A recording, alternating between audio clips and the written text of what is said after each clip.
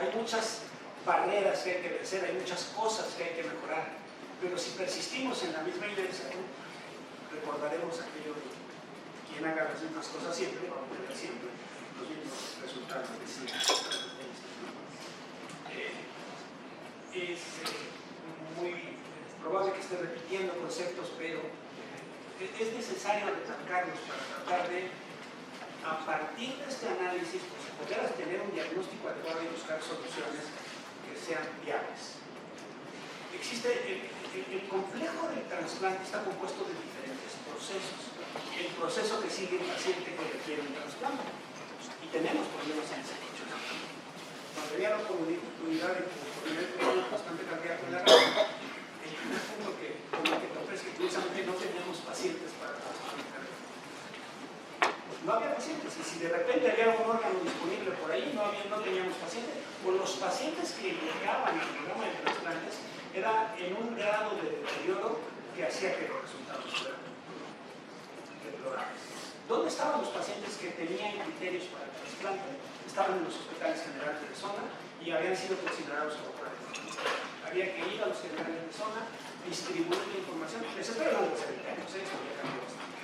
Pero es simplemente para identificar cómo sí se tiene que trabajar en la detección de pacientes que requieren un trasplante. Hay pacientes en el país que se beneficiarían con un trasplante, sin duda, ¿no? El registro de pacientes en espera, nunca me ha gustado el término de lista de espera porque pareciera una fila de las tortillas, y no es así. Es bastante más complejo el análisis del registro de receptores. El registro de receptores es la punta del aire.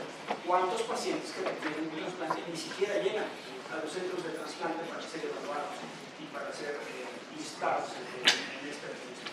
Entonces, ahí tenemos varias áreas de oportunidad para tratar de identificar pacientes que requieren un trasplante. Y si bien los sistemas público y privados son diferentes, también hay que diseñar estrategias para ambos casos. Ir a los lugares donde pueden encontrarse estos pacientes. Recuerdo que voy a estar en un hospital en San Antonio que hace exclusivamente trasplantes renales. ¿Y qué es lo que ellos hacen? Es visitar todas las unidades de diálisis cercanas y no tan cercanas para establecer convenios y acuerdos con estas unidades de diálisis para la remisión temprana de los pacientes. Los resultados en trasplantes, por supuesto que dependen del volumen, pero también dependen de la calidad del receptor. Un receptor en mejores condiciones va a tener posibilidades de mucho mejores resultados en el trasplante. Entonces, en el caso del paciente que requiere un trasplante, existen varios pasos en los cuales se tiene que trabajar para optimizar la llegada de estos pacientes en mejores condiciones, efectuar el procedimiento de trasplante y poder dar un seguimiento de la mejor calidad posible. Y otra vez volvemos a la necesidad de no nada más valorar médicamente al paciente, que es fundamental. Por supuesto que se tienen que valorar los aspectos económicos, los aspectos logísticos, para que los resultados sean mejores. A mayor volumen de pacientes evaluados, mayor posibilidad de identificar receptores ideales. A menor volumen, los resultados van a ser los que hemos pedido bien. Y en el caso de la donación tenemos dos grandes grupos, los donantes vivos. Tampoco hay que descuidar que son necesarios, pero que hay que proteger un poquito más, porque han sido un poquito descuidados. Yo creo que puedo usar esa palabra, ¿no? El donante tiene que tener una cobertura no solamente médica, tiene que tener una cobertura en cuanto a su seguridad, en cuanto al seguimiento post-trasplante.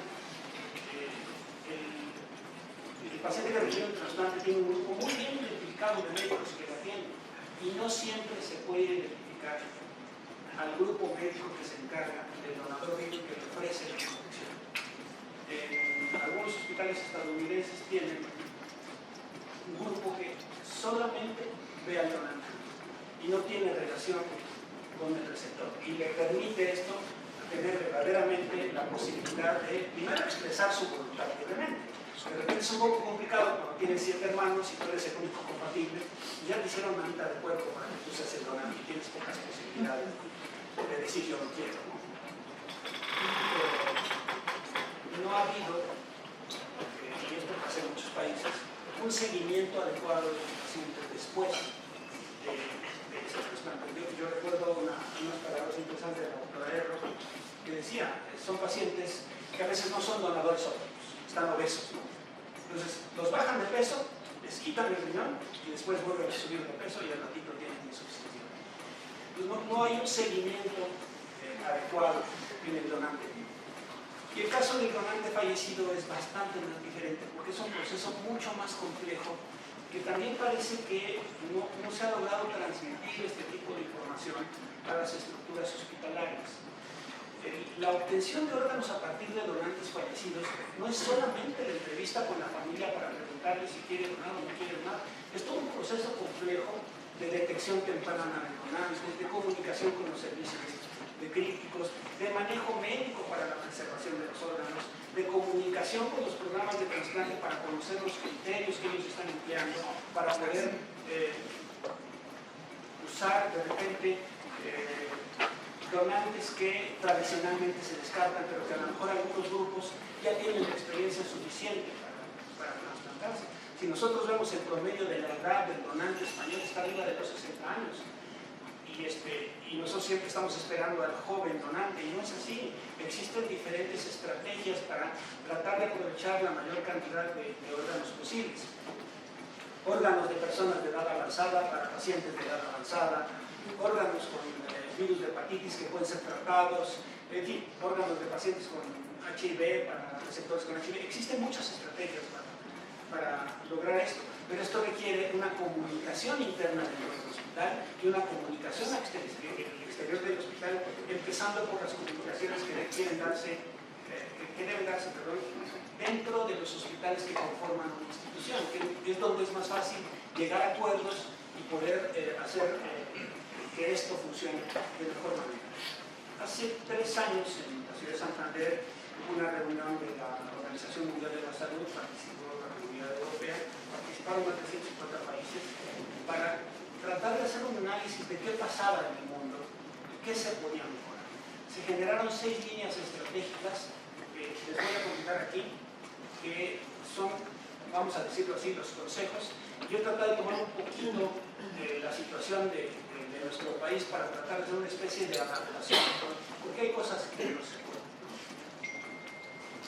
Las primeras son las legales. El marco legal es perfectible. Siempre se alega que si la ley impide, híjole, esta es una opinión muy personal, yo creo que tenemos una ley que es lo bastante laxa como para no bloquear los trasplantes. Puede perfeccionarse sin duda, siempre. Por ejemplo, este asunto de las licencias, la emisión de las licencias pudiera ser un asunto muy interesante, que pudiera empujar a que los hospitales hicieran más trasplantes. Se habla de la donación en asistolia. Ya el Centro Nacional de Trasplantes está trabajando en modificar la ley. Parece prematura, no, modificar la ley es bastante complejo, lleva mucho tiempo. Hay cosas, espero no haya ningún diputado o algún senador por acá, pero es bastante complejo. Por aquí, a ver. Tuve la oportunidad de trabajar en el reglamento vigente ahorita y es bastante problemático tener intercambio de ideas con los legisladores. Tomar órganos de pacientes en las historias es muy complejo. Pero es que es una decisión que tendría que hacer cada hospital. Cuando un hospital esté listo, se necesita que el marco legal esté disponible. Hoy día, nuestra Ley General de Salud señala cuáles son los criterios para certificar la muerte encefálica y curiosamente no señala los criterios para muerte por criterios circulatorios, se denomina en todo el mundo, ¿no? Entonces es fundamental que esto se trabaje. Y esta declaración de Santander fue bastante más lejos. Ellos hablan ya de generar un concepto universal de muerte, que no exista la muerte encefálica y la muerte en las historias. Un solo concepto de muerte. Está muerto o no está muerto, y generar los criterios para definir el momento en que una persona puede ser declarada como muerta, con las implicaciones que tiene, las implicaciones legales, la implicación de suspensión de métodos de transporte innecesario y, por supuesto, la obtención de órganos con fines de trasplante. También este es otro punto que ya tocó la doctora Adriano, que es la generación de una base de datos de enfermedades tratables con trasplantes. Es difícil, es complejo. Esta fragmentación de nuestro sistema de salud hace muy complejo el recabar la información, pero sin duda nos daría una idea mucho más clara de las necesidades necesidades de trasplantes el tener bases de datos de pacientes que pueden tratarles con trasplantes. No somos un país donde haya mucha confianza en el gobierno, esa es una realidad. Necesitamos aislar, proteger algunas áreas, salud, trasplantes, a través de transparencia y rendición de cuentas. Todo sobre la mesa para que se pueda generar confianza en la población. Y otro concepto que de repente cuesta trabajo transmitir o puede ser malentendido. La donación es un evento gratuito. La persona que dona o los familiares del donante no reciben dinero, pero generar órganos cuesta dinero. Y ese dinero le cuesta al hospital donde se genera. Y eso parece olvidarse, porque se habla de un acto de generosidad, sí, generosidad de la familia. Pero el director del hospital público que atiende pacientes traumatizados, que tiene urgencias llenas, que tiene los quirófanos ocupados, que tiene la terapia intensiva llena, el meter un paciente para donación de órganos que va a generar, sin duda, un beneficio para un paciente, pero que está presupuestado en nuestro hospital, le genera un conflicto. En otros países esto se ha abordado con toda transparencia. La generación de órganos en un hospital tiene que retribuirse al hospital. El personal que trabaja en un proceso de donación tiene que ser retribuido. Nadie trabaja de gratis. En los hospitales públicos hay transferencia de recursos económicos. En un hospital español modelo que genera órganos, por cada donante que tiene, reciben por parte de la comunidad un recurso económico y les conviene entonces, o al menos no les perjudica, el generar órganos. En España no se habla ya de coordinadores de trasplantes, se habla de coordinación de los trasplantes, son grupos de coordinadores. Hay coordinaciones que tienen hasta 20 o 30 miembros, hay otras que por el tamaño y la posibilidad de productividad tienen menos, e incluso hay hospitales donde los coordinadores son a tiempo parcial y cobran por evento. Esto es, son hospitales públicos, tienen un salario, pero si el coordinador es llamado fuera de su horario de trabajo, recibe una remuneración por el trabajo que realiza. Si perdemos de vista el concepto económico que hay detrás de los trasplantes, difícilmente va a funcionar.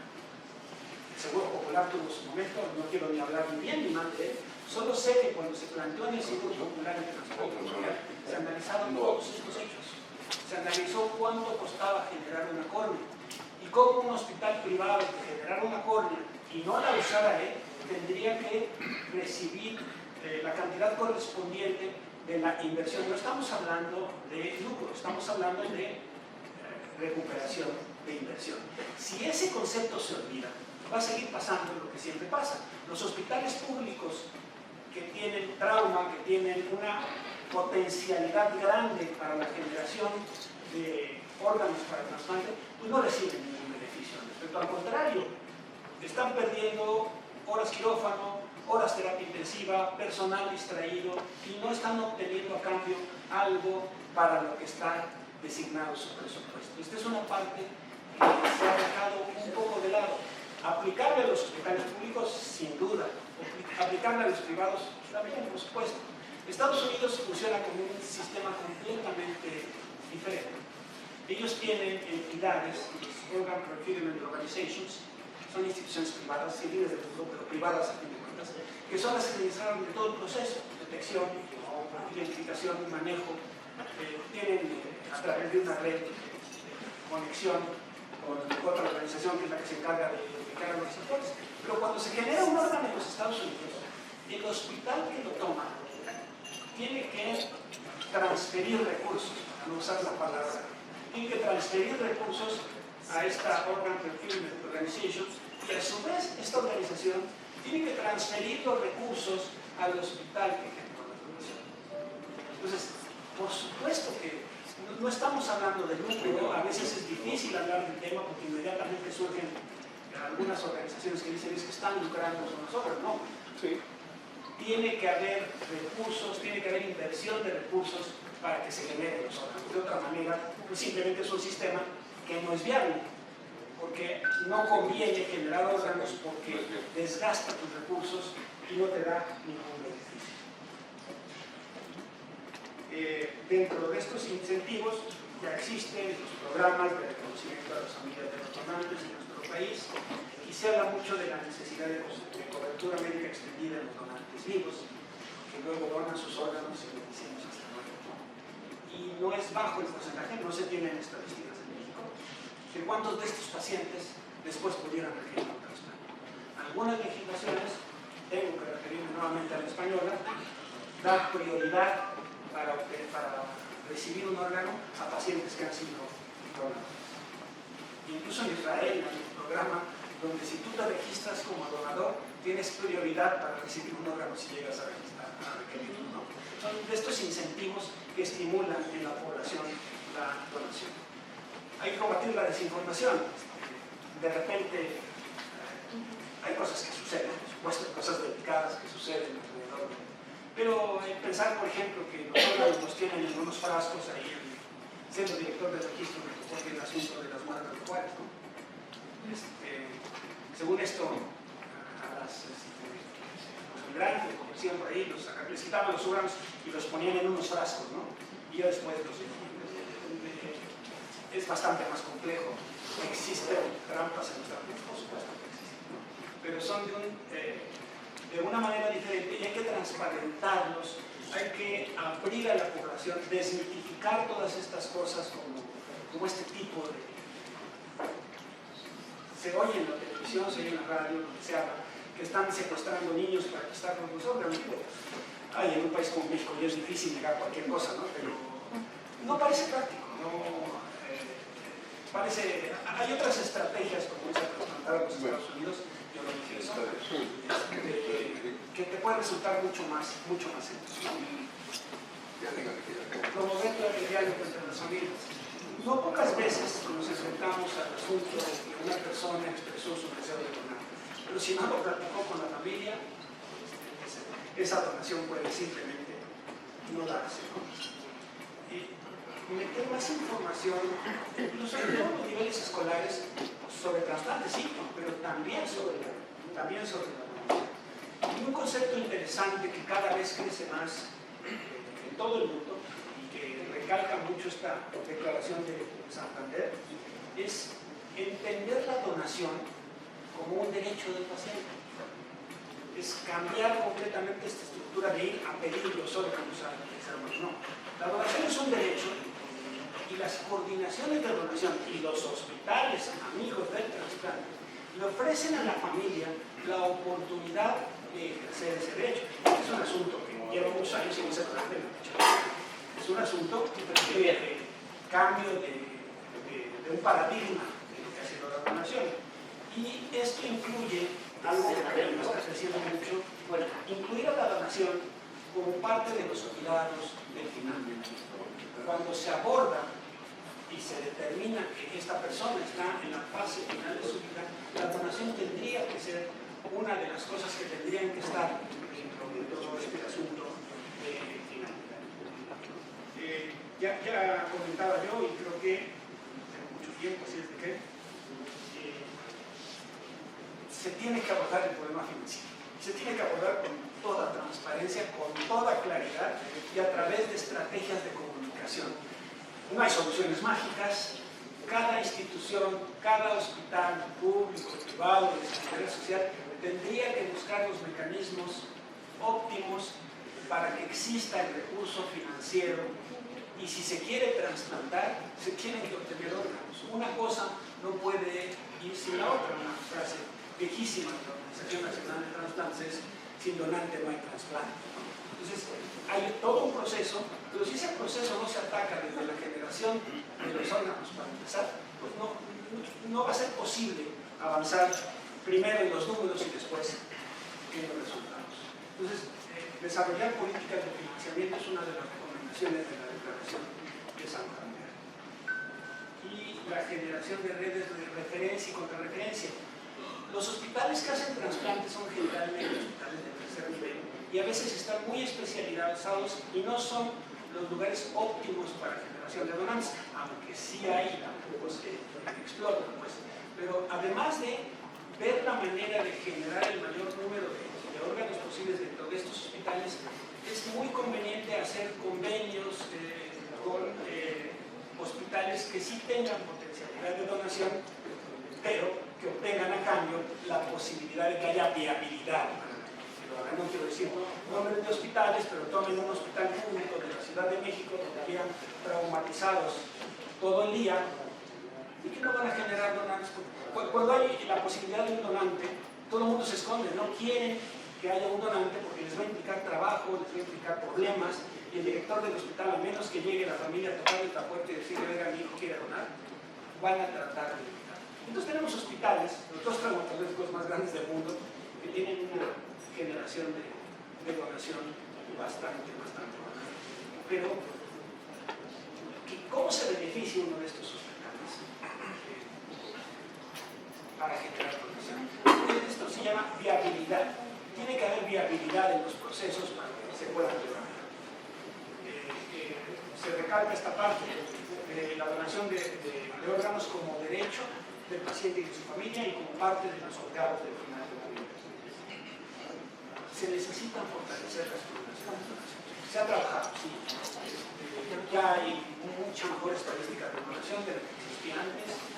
Ya hay coordinadores de donación, pero necesitamos caminar más. También es una opinión muy personal. La Ley General de Salud se habla del coordinador de donación que tendrá que estar disponible 24/7. De eso a la esclavitud creo que hay muy poca diferencia. Habría que pensar en esquemas mucho más lógicos y mucho más viables. 24% lo vas a matar en muy poco tiempo.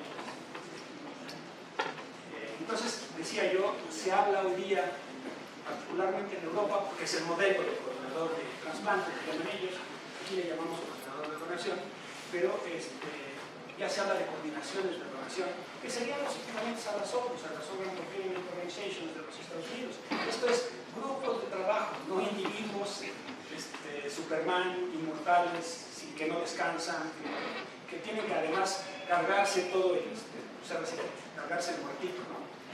Se trata de coordinaciones y además el apoyo de la dirección es fundamental y el trabajo coordinado de todo el hospital. Y ni siquiera estoy hablando solamente del personal médico, a veces, o del personal de salud, a veces un comentario mal dado del personal de campillería tira completamente el proceso de trasplante por falta de información. La parte que tiene que ver con las estrategias de educación tiene que ver mucho con la información que se tiene que dar a todo el personal del hospital. Cuando dicen, ¿cuál es la diferencia de un hospital de mucha productividad? Pues es que todo el hospital sabe lo que pasa durante un proceso de donación. Es algo que ya es parte habitual. Voy a citar nuevamente al doctor Rafael Matizano cuando se le preguntaba ¿por qué invertían tan poco en difusión? Me refiero a la televisión, a los periódicos. Porque ellos decían que el mejor medio de comunicación que tenían es que siempre que había una donación en el hospital, algún familiar del donante conocía a alguien que había sido trasplantado o conocía a alguien que había sido donado. Y habla de una estadística de los tiempos en que él era director, que había un momento, no sé si sigue sucediendo en España, que había más pacientes trasplantados vivos que pacientes en diálisis. Entonces, el mejor medio de comunicación que se puede tener son los resultados y los resultados que se transmiten a la boca. Y repito, estos son hospitales que ya están habituados. Los pacientes que acuden en estos hospitales ya saben que si su paciente fallece o está cerca de fallecer, incluso las estrategias hoy día ya no son esperar a que se declare la muerte cerebral, son ir hablando del proceso de donación como parte de los cuidados del final de la vida. Entonces se aborda con mucha anticipación el tema de la donación y la evaluación médica del donador. Nuevamente aquí entra el punto de la economía. Alguien tiene que cubrir los gastos de evaluación del donador y no puede ser el donador. Entonces, la recomendación de esta declaración de Santander va mucho tendiente a optimizar los procesos de donación e insiste, lástima que no les puedo presentar la gráfica, es una especie de pirámide donde la base es el número total de potenciales donadores y esa base se va disminuyendo conforme los donadores van siendo no aptos, conforme tienen problemas legales que no les permiten ser donantes, conforme se van deteriorando y los órganos dejan de ser útiles, hasta llegar a la punta de la pirámide, que es el menor número de pacientes de los que son verdaderamente donantes reales. Bueno, hay que trabajar en la base para que a partir de un número mayor la disminución tenga un menor efecto al final de esta película. Entonces, la detección de donantes tiene que ser una actividad proactiva. Existen otras cosas, simple tratar de expresar unas imágenes. Se habla, o se hace más bien mucho, la donación cruzada. En el caso de los donantes vivos, tienes una pareja donante-receptor que no tienen compatibilidad, y tienes otra pareja en algunas circunstancias, pero hay compatibilidad cruzada. Entonces, un donante se cruza con el receptor y se hacen incluso escaleras. Pero ahí hay un ejemplo, una cadena de trasplantes en España, donde se beneficiaron 100 pacientes. Ya hablamos un poquito de la donación en las historias. Es una metodología más compleja, mucho más compleja que la donación en las historias. Este es un asunto que cada hospital tendría que analizar, pero hay que generar el marco legal. Existen muchas mejoras, existen máquinas de perfusión de órganos hoy día. El problema son los costos. Y después de decir una diapositiva muy bonita, el mejor acelerador de partículas que consiguieron en la Universidad de Zamboandia era una resbaladilla donde tiraban piedritas, ¿no? Ese era su mejor acelerador de partículas que podían parecer.